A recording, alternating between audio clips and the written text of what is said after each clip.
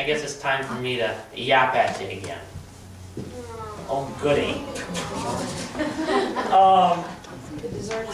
I will say this, yeah. Anybody who goes to Slate will have a shoe coming at them, I can promise you that. Better yet, a Constitution, then you can read it. You can read it. Speaking of which, is there anyone in the room tonight that does not have a Constitution? Anybody? Okay, good. Also, I will make mention of this, on the back table, we do have copies of the Maine Constitution in the form of a state register, and we also have booklets of the New Hampshire Constitution along with the U.S. Constitution, the Declaration of Independence, free of charge.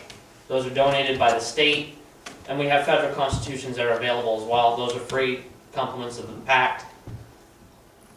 And the New Hampshire are the complements of the state of New Hampshire. So please avail yourself of those. People need to know not only what their U.S. Constitution says, but what their state Constitution says. It's amazing when you read them, the specificness compared to the U.S. Constitution that the state has. And there's a lot that the writers of the state Constitution were much more specific. I almost said Pacific. Yeah. But specific. And they spelled things out very clearly. I showed you last night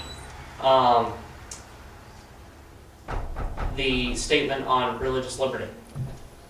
And it's very, very clear that every citizen of the state has the right to worship Almighty God according to the dictates of his own conscience. And they were very clear about that. The U.S. Constitution was as well. But the thing is when somebody comes after your First and the Second Amendment right, you're guaranteed with 2 documents, not just one. It's doubly guaranteed. It's kind of like in the Bible when Jesus said, I and my Father are one. You're sealed. That's what the Constitution does. Yes, the federal Constitution has you, but the state gets a hold of you too. You're sealed with that right. And if anyone tries to take that right away, run to the Constitution and say, you have no right to do this.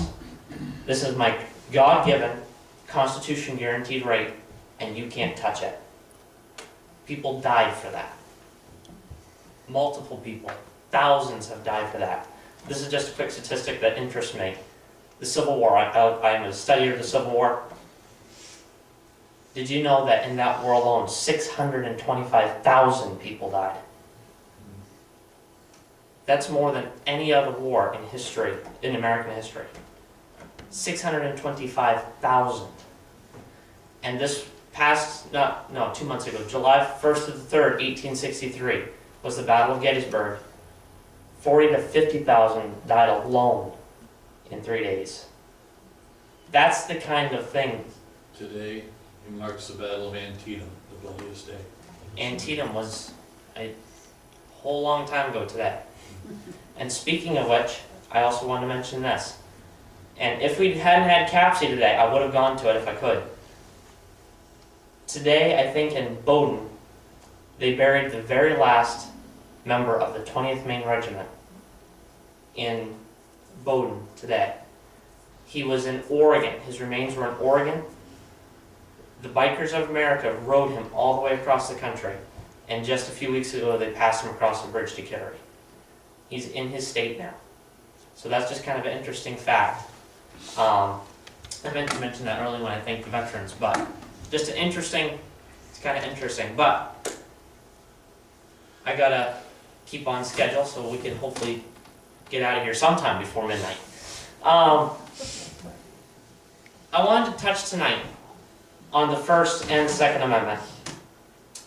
Probably the 2 most attacked parts of the Bill of Rights in the Constitution, really. The media, seemingly, and there are specific organizations that hate, and I mean hate, those 2 amendments. They have no use for them. They don't think they should be there because they want to push their agenda on everybody else. So let's just look at, we'll start out with the First Amendment. Congress shall make no law. Isn't that interesting? It didn't say the Supreme Court. said Congress. Congress shall make the law, supporting Article 1, Section 1. Respecting an establishment of religion or prohibiting the free exercise thereof. That means any way, shape, or form. Unless, of course, it's disturbing the peace. Thus ruling out terrorism. And I'm not afraid to call it terrorism because that's what it is. They're terrorizing a group of people. That's called terrorism. And I'm not going to call it a radical, what's the word? Exhibition, or whatever you want to call that. It's terrorism. 9/11 was terrorism. Don't be afraid to call it that. That's a free exercise, or that's an exercise of a religion that's not permitted by our country because it's disturbing the peace. And you can read that in your main state constitution as well. Or abridging the freedom of speech. Oh my. Should we even open that can of worms tonight? Or of the press, or of the right of the people peaceably to assemble and petition the government for a redress of grievances. So this, actually it's all one sentence. They were not very good at English back then. Sentence is supposed to just be a couple of phrases. Isn't that terrible? That's what they taught me in English. I always get a kick out of that. Still trying to teach you. Yeah, exactly. It's not getting in. So in this one amendment, we have guarantees of religion, speech, press, peaceable assembly, and redress of grievances. That basically protects all of your rights on the government level. It is saying you can go to church anywhere you want. And you don't even have to go to church. It says Congress cannot make a law saying, well, you can't have that church there because we don't want it there. Or it's against our state religion. The United States has never had that. And it's thanks to that amendment right there.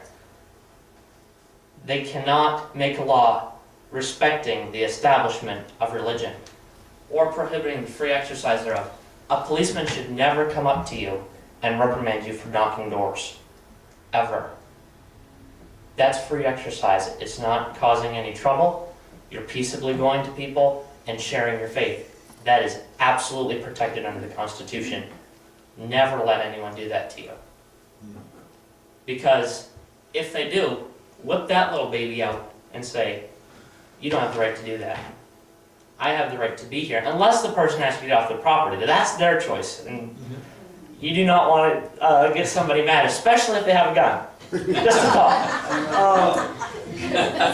Get off my property. But you have that right to go share your faith and not be in danger for it. And that is so important. And it's being chipped away at. This amendment is under attack every day. People are trying to take it away from you, little by little, by pushing Christianity and religion under the rug and saying, we don't want it. Get out of our government. I saw a bumper sticker and it made me so mad. And it said, get your religion out of my government. That is not what the First Amendment was written for. It was written for the state to stay out of the church, Right. not the church out of the state. Right. So, if you ever see a bumper sticker like that, I sometimes wonder about the person's sanity. They obviously haven't read this thing. Anyway, moving on. I don't want to get too political. Freedom of speech. Boy, is that one under attack today. There are some things, I think it was the mayor of Dallas, or was it Houston? Houston, that went up to the preachers of the town and said, I want to review your sermons before you preach them. That is violating 2 points of the First Amendment. Free exercise of religion and a speech. If you're an American citizen, you can say anything you want. Now, please be courteous and don't be overly offensive. That's just not right. But you can speak your mind without making people mad, without people, people might get mad at you, yes, because there's differences of opinion.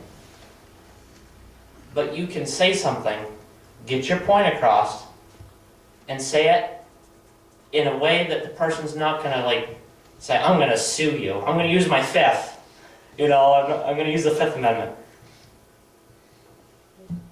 That's the thing we're fighting right now, is people can't speak anymore. And they use it under the guise of this terrible two-letter phrase, political correctness. Yeah. It needs to die. I heard a comedian one time, and I love the guy.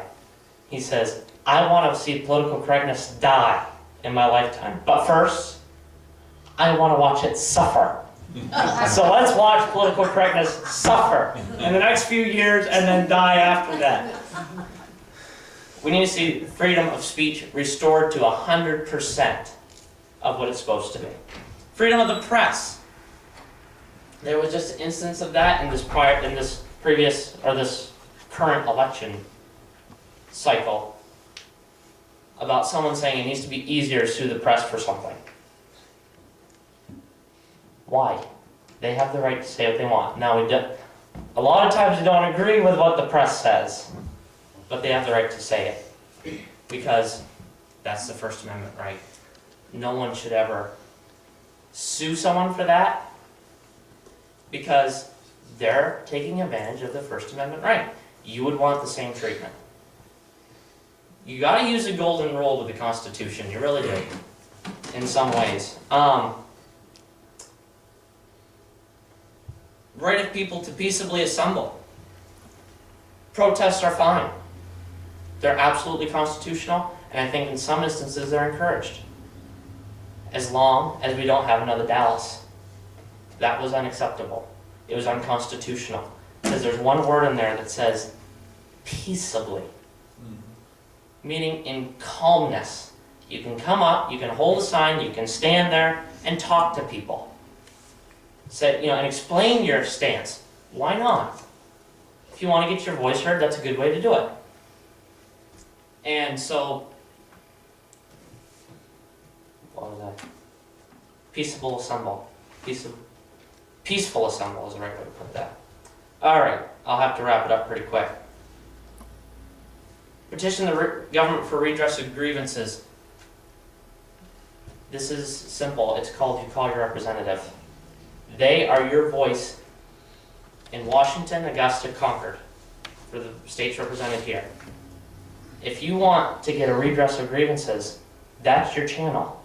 Now, yes, you can go up to the government in Augusta, Concord, Washington, if you really want to drive a long ways, and you can talk to them personally.